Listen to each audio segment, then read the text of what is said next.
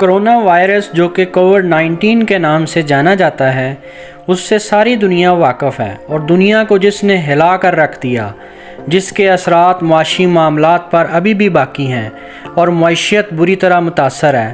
آج corona virus کے بعد نیپا وائرس نے معیشت کی تباہی کا ایک نیا چیپٹر کھول دیا۔ بھارت میں نیپا وائرس کی تصدیق ہو گئی۔ 2023 میں دنیا اور معیشت کے لیے مزید خطرات کیا ہوں گے اور ان سے کیسے بچا جا سکتا ہے، اس پر آج ہم بات کریں گے۔ نقل و حمل کی پابندیوں اور منسوخیوں نے کثیر القومی صنعتوں کو متاثر کیا، جیسے تیل جس کی طلب ایشیا میں یومیہ 3 لاکھ بیرل تک گر گئی۔ ملائیشیا میں یہ بات ہے 1998 کی، جب نیپا پھیلنے کے وسیع تر معاشی اثرات کا تخمینہ 582 ملین امریکی ڈالر لگایا جاتا ہے، جس نے معیشت کو بہت بڑا دھچکا دیا۔ نیپا وائرس پہلی بار 1999 میں ملائیشیا اور سنگاپور میں خنزیروں اور لوگوں میں بیماری کے پھیلنے کے بعد دریافت ہوا تھا۔ اس وبا کے نتیجے میں تقریباً 300 انسانی کیسز اور 100 سے زیادہ اموات ہوئیں، جس میں کیسز کا ڈائگنوسٹک ریٹ بہت کم اور ڈیتھ ریٹ بہت زیادہ ہے، جو ہائی رسک کی عکاسی کرتا ہے۔ نیپا وائرس ایک انفیکشن ہے۔ اس کی علامات بشمول بخار، سر درد، چکر آنا، سانس کے مسائل اور دماغ کی سوزش ہے۔ وائرس میں اموات کی شرح بہت زیادہ ہے۔ مختلف وباؤں میں 40% سے 75% تک اموات کی شرح ہے۔ انڈیا میں ماضی میں کئی نیپا وائرس پھیل چکے ہیں۔ سب سے اہم وبا ریاست کیرالہ میں 2018 میں پیش آئی۔ اس کے نتیجہ میں متعدد اموات ہوئیں اور اس وائرس کے پھیلاؤ کو روکنے کے لیے صحت کے حکام کی جانب سے اہم کوششیں بھی کی گئیں۔ انڈیا نیپا وائرس سے انسانوں میں پھیلنے والا نایاب لیکن مہلک وائرس بشمول بخار، سر درد، چکر آنا، سانس کے مسائل اور دماغ کی سوزش کی منتقلی کو روکنے کے لیے فوری اقدامات کر رہا ہے۔ انڈیا میں 2023 میں دوبارہ نیپا وائرس کے پھیلنے کی تصدیق ہوئی ہے۔ 24 سپتمبر 2023 تک نیپا وائرس کے 6 تصدیق شدہ کیسز رپورٹ ہوئے ہیں، جن میں 2 اموات بھی شامل ہیں۔ تمام معاملات شمالی کیرالہ کے ضلع کوزیکوڈ سے رپورٹ ہوئے ہیں۔ تازہ ترین رپورٹ شدہ کیس 15 سپتمبر 2023 کو تھا۔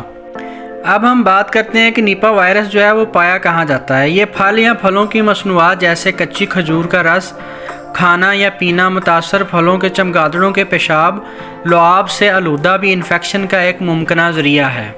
اب تک انڈیا میں آنے والے سیاحوں کے لیے NIV انفیکشن کا خطرہ فی الحال بہت کم ہے۔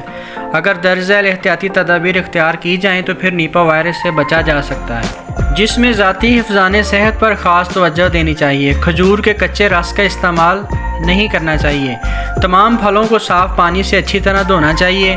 نیپا وائرس انفیکشن والے لوگوں کے ساتھ قریبی غیر محفوظ جسمانی رابطے سے گریز کرنا چاہیے۔ اگر نیپا وائرس کو کنٹرول نہ کیا گیا تو صحت کے اخراجات میں اضافہ جو ہے وہ ہو سکتا ہے، کیونکہ متاثرہ افراد کے علاج اور مزید پھیلاؤ کو روکنے کے لیے وسائل مختص کرنے کی ضرورت پڑے گی۔ ہسپتالوں کو اضافی طبی آلات، تنہائی کی سہولیات اور عملے کی تربیت میں سرمایہ کاری کرنے کی ضرورت پڑ سکتی ہے۔ دوسری طرف نیپا وائرس کے پھیلنے کا تعلق اکثر متاثرہ جانوروں خصوصاً پھلوں کی چمگادڑوں اور خنزیروں سے ہوتا ہے۔ متاثرہ علاقوں میں انفیکشن کے خوف کی وجہ سے زرعی سرگرمیوں جیسے پھلوں کی کاشت یا کاشتکاری میں کمی ہو سکتی ہے۔ اس سے کسانوں کی زرعی پیداوار اور آمدنی میں کمی واقع ہونے کے چانسز بھی بڑھ سکتے ہیں۔ ایگریکلچر سیکٹر معیشت کا ایک اہم جزو ہے جس کو خطرہ لاحق ہو سکتا ہے۔ نیپا وائرس کے پھیلنے کے دوران اس کے علاوہ صارفین کے رویے میں نمایاں تبدیلی آ سکتی ہے۔ لوگ عوامی مقامات بشمول ریسٹورنٹ، بازاروں اور شاپنگ سینٹرز سے گریز کر سکتے ہیں، جس سے صارفین کے اخراجات میں کمی واقع ہو سکتی ہے اور اس سے کاروبار جو ہے نا بری طرح متاثر ہو سکتے ہیں۔ اس کے علاوہ وائرس کے پھیلاؤ کو کنٹرول کرنے کے لیے صحت عامہ کے اقدامات جیسے قرنطینہ جیسے کرونا وائرس میں کیا گیا تھا اور اس بیماری پر کنٹرول پایا گیا، سفری پابندیاں اور سماجی دوری پر عمل درآمد کیا جا سکتا ہے۔ یہ اقدامات روزمرہ کی معاشی سرگرمیوں بشمول کام، نقل و حمل، تعلیم کو متاثر کر سکتے ہیں، جس کے نتیجے میں آمدنی میں نقصان اور ملازمتوں میں ممکنہ کمی واقع ہو سکتی ہے۔ نیپا وائرس پھیلنے کے دوران خوف اور گھبراہٹ افرادی قوت کی پیداواری صلاحیت میں کمی کا باعث بن سکتی ہے۔ لوگ کام پر جانے سے گریز کر سکتے ہیں، خاص طور پر متاثرہ علاقوں میں، جس کے نتیجے میں مختلف شعبوں جیسے کہ مینوفیکچرنگ، خدمات میں خلل پڑ سکتا ہے اور اس کے نتیجے میں مزدوروں کی قلت اور پیداواری صلاحیت میں نمایاں کمی واقع ہو سکتی ہے۔ نیپا وائرس کا پھیلاؤ تجارت کو بھی متاثر کر سکتا ہے، خاص طور پر جب متاثرہ علاقے اشیاء کے بڑے پروڈیوسرز یا برآمد کنندہ ہوں۔ نقل و حرکت اور تجارت پر پابندیاں سپلائی خلل ڈال سکتی ہیں، جس میں تاخیر، لاگت میں اضافہ اور تجارتی حجم میں کمی واقع ہو سکتی ہے۔ یہ ملکی اور بین الاقوامی تجارت دونوں کو متاثر کر سکتا ہے، جس سے مجموعی معیشت متاثر ہو سکتی ہے۔ اور جب اشیاء کے پروڈیوسرز متاثر ہوں گے تب فیکٹریوں میں آمد و رفت نہیں ہوگی، پروڈکشن کم ہو جائے گی، جس کے نتیجے میں اشیاء کی سپلائی میں واضح کمی اور طلب میں اضافہ ہو سکتا ہے، اور جب طلب میں اضافہ ہو جائے گا تو قیمت بڑھ جائے گی، جس سے انفلیشن ریٹ بڑھے گا۔ انفلیشن ریٹ ایک میکرو اکنامک ویریبل ہے۔